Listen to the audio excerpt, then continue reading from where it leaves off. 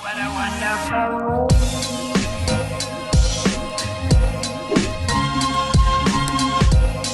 Jangka pendek, menengah, dan jangka panjang. Nah, pembahasan pertama yaitu tentang pengertian tujuan pendidikan. Nah, tujuan sendiri itu memiliki arti yaitu sesuatu yang akan dicapai oleh seseorang atau sekelompok orang yang melakukan suatu kegiatan. Nah, jadi ketika seseorang itu melakukan suatu kegiatan, pasti mereka memiliki tujuan tertentu.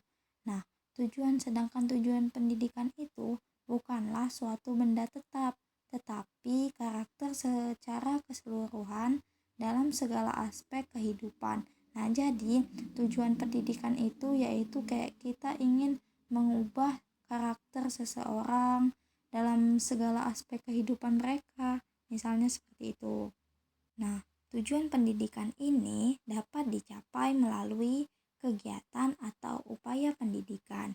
Nah, jika pendidikannya berbentuk pendidikan formal, maka tujuan pendidikan itu harus tercermin dalam kurikulum. Nah, pendidikan formal itu adalah pendidikan yang terencana pada tempat dan waktu tertentu melalui mata kuliah yang didasarkan pada teori tertentu. Tujuan pendidikan Islam itu untuk membentuk kepribadian anak didik yang kuat jasmani, rohani, dan jiwa, yakni kepribadian muslim yang dewasa.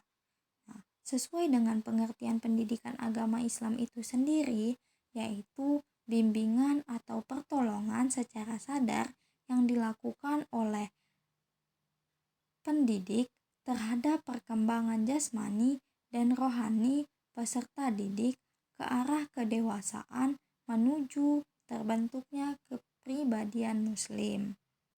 Nah, selanjutnya yaitu tujuan pendidikan menurut Al-Ghazali, yaitu harus mengarah kepada realisasi tujuan keagamaan dan akhlak, yaitu mendekatkan diri kepada Allah. Sebab jika tujuan pendidikan diarahkan selain untuk mendekatkan diri kepada Allah, akan menyebabkan kesesatan dan kemudaratan. Nah, sedangkan menurut Abdurrahman Saleh Abdullah, tujuan pendidikan itu yaitu membentuk kepribadian sebagai khalifah Allah Subhanahu wa taala, atau sekurang-kurangnya yaitu mempersiapkan ke jalan yang mengacu kepada tujuan akhir. Nah, tujuan Islam menurutnya ini dibangun oleh 3 komponen sifat dasar manusia, yaitu tubuh, ruh, dan akal yang masing-masing harus dijaga.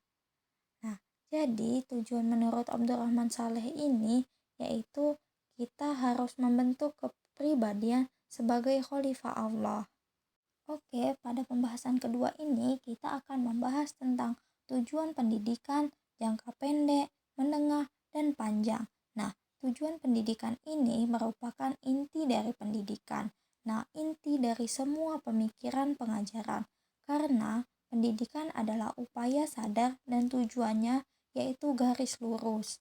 Nah, tujuan pendidikan ini harus dilakukan secara bertahap karena tujuan akhir tidak dapat dicapai secara langsung dan cepat, tetapi melalui tahapan atau proses yang perlu untuk mencapainya. Nah, jadi kita melakukan tahapan seperti kayak tujuan pendidikan jangka pendek, menengah, dan jangka panjang. Nah, yang pertama yaitu tujuan pendidikan jangka pendek. Menurut Al-Ghazali, tujuan pendidikan jangka pendek adalah mengembangkan profesi manusia berdasarkan bakat dan kemampuannya. Nah, yang kedua yaitu tujuan pendidikan jangka menengah. Nah, tujuan pendidikan jangka menengah ini yaitu untuk menjabarkan rencana jangka panjang dan mengubah menjadi rencana jangka pendek. Yang ketiga yaitu tujuan pendidikan jangka panjang. Nah, tujuan pendidikan jangka panjang adalah mengejar Tuhan atau mendekatkan diri kepada kepada Allah Subhanahu wa Ta'ala.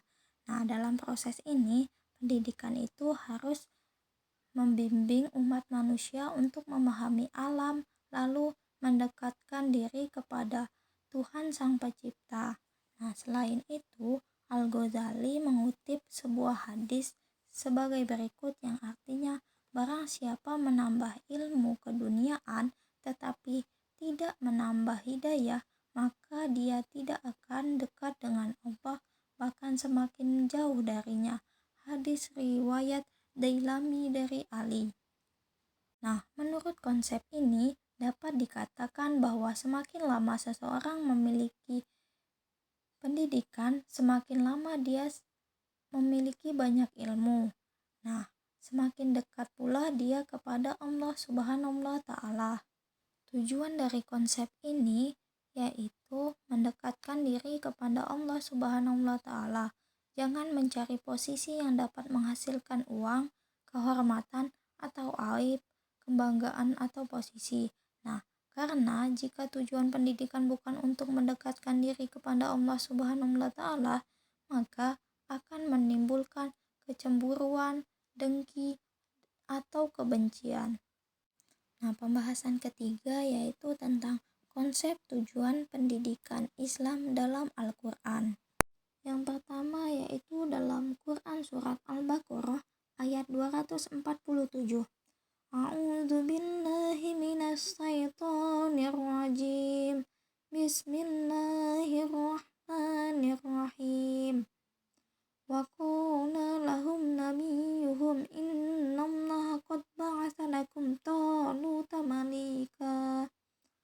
Qalu anna yakunu lahu mulku alaina wa nahnu ahaqqu bil mulki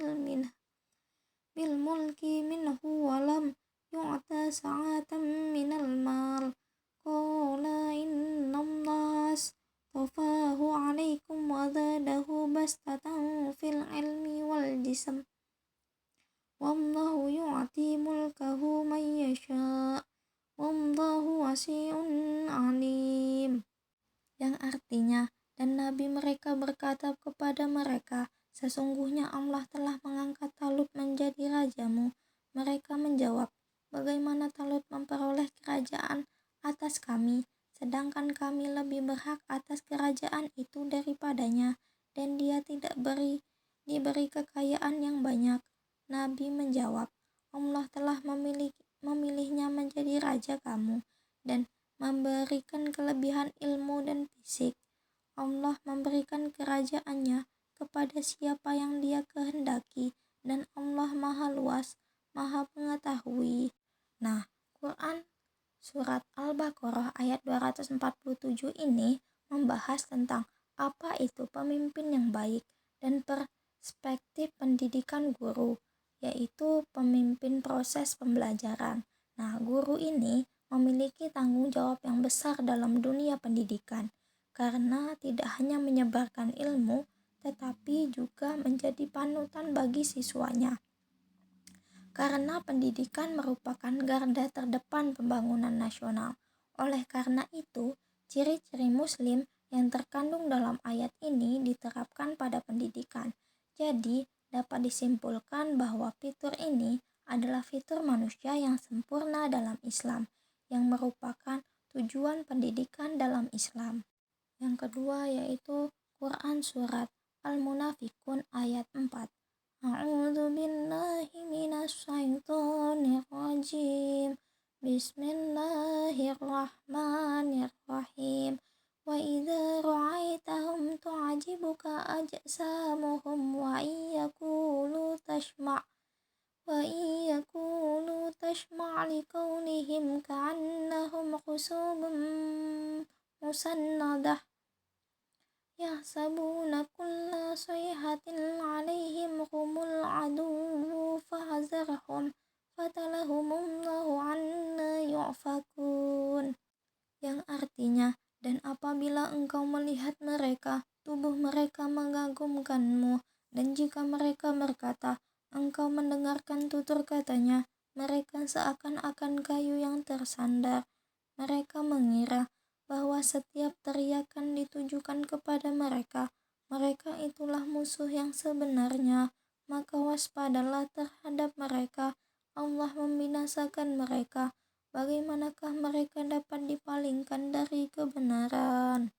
So, tujuan pendidikan yang terdapat dari surat Al-Munafikun ayat 4 ini bersumber dari kata ra'aita dan tasma. Manusia diciptakan dalam kondisi yang paling sempurna di antara makhluk lainnya. Diberikan hati untuk merasa, diberikan mata untuk melihat, diberikan telinga untuk mendengar. Nah, dalam pendidikan, indera pendengar digunakan untuk mendengarkan ajaran, berkomunikasi dengan guru, dan dari mendengarkan musik hingga merekam. Kemudian, garis pandang digunakan untuk observasi, membaca, dan lihat dunia yang luas. Maksimalkan pendengaran dan kejelian dalam proses pembelajaran.